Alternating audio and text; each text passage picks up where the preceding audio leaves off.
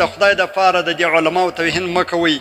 یا د علماو نور په قسم قسم طریقو باندې اهانت کوو د لنګوټه راواخو د خره پر سر یې کښېږدو یا د لنګوټه راواخو د بیزو د خنزر پر سر باندې کښېږدو دومره د دې لنګوټې ګستاخي کوو د دې ژړو ګستاخي کوو حالانکه هېڅوک نه دي دغه د علاقې پښتانه یې کوي خو زه د خدای د پاره او د پیرزوینې دا خبره ته کوم چې مه کوه خپل آخرت مه تباه کوه دنیا و آخرت به دې تباه یې اهل و عیال به دې تباه او برباد او ذلیله به نه علماو ته دا ستا خبره رسیږي نه په علماو باندې څه کوی سي او نه و علماو ته تاوان رسوی سي نه دا ستا خبره تر علماو پورې د مچر د وزر حیثیت لري دا ستا خبره و علماو ته د مچر او د مچ د وزر حیثیت هم نه لري څه دپاره بیا خپل د دنیا و آخرت تباه کوي څه ضرورت یې دی د خدای بندګانو په دې خو انسان خرابېږي دنیا و آخرت یې تباه کېږي دا اوس موږ و دې لاندې طبقې ته کم میسج پرېږدو دا اوس چې ما را روانه طبقه ده د دې کسان دپاره موږ کم میسج پرېږدو آیا دین شریعت او قرآن و رسول و موږ ته دا تعلیم راکوي او که انسانیت و مسلماني و موږ ته دا تعلیم راکوي او دا راته وایي چې د علماو ګستاخي وکړه د علماو توهین وکړه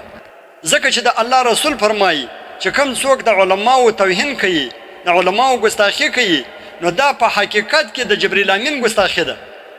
او چې کوم څوک د جبریل امین ګستاخي کوي دا په حقیقت کې رسول الله وایي زما ګستاخي ده زما توهین دی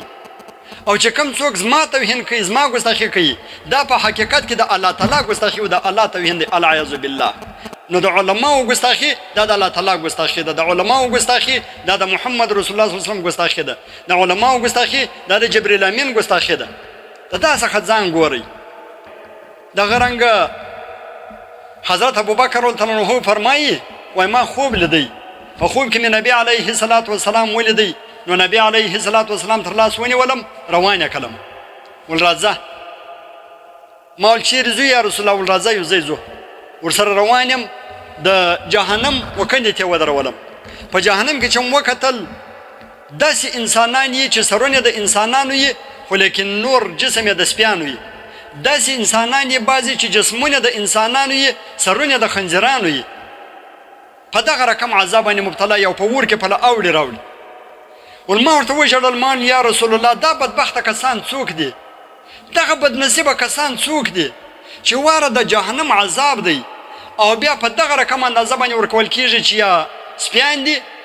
او یا یې رنګونه و شکلونه د خنزیرانو دي او یا د خرو دي یا د بیزوګیانو دي دا کوم بدبخته کسان دي یا رسول الله وای نبی علیه الصلاۃ والسلام ما ته ویل چې دا زما د امت هغه کسان دي چې د علماو ګستاخي کوي او بیا بېله توبې مړه سي دغه به د رقم په جهنم کې به عذاب ورکول کېږي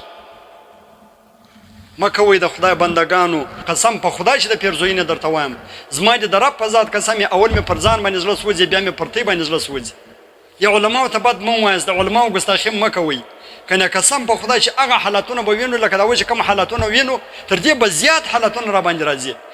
د علماو مې تر کومه حده پورې ګستاخي کېږي او د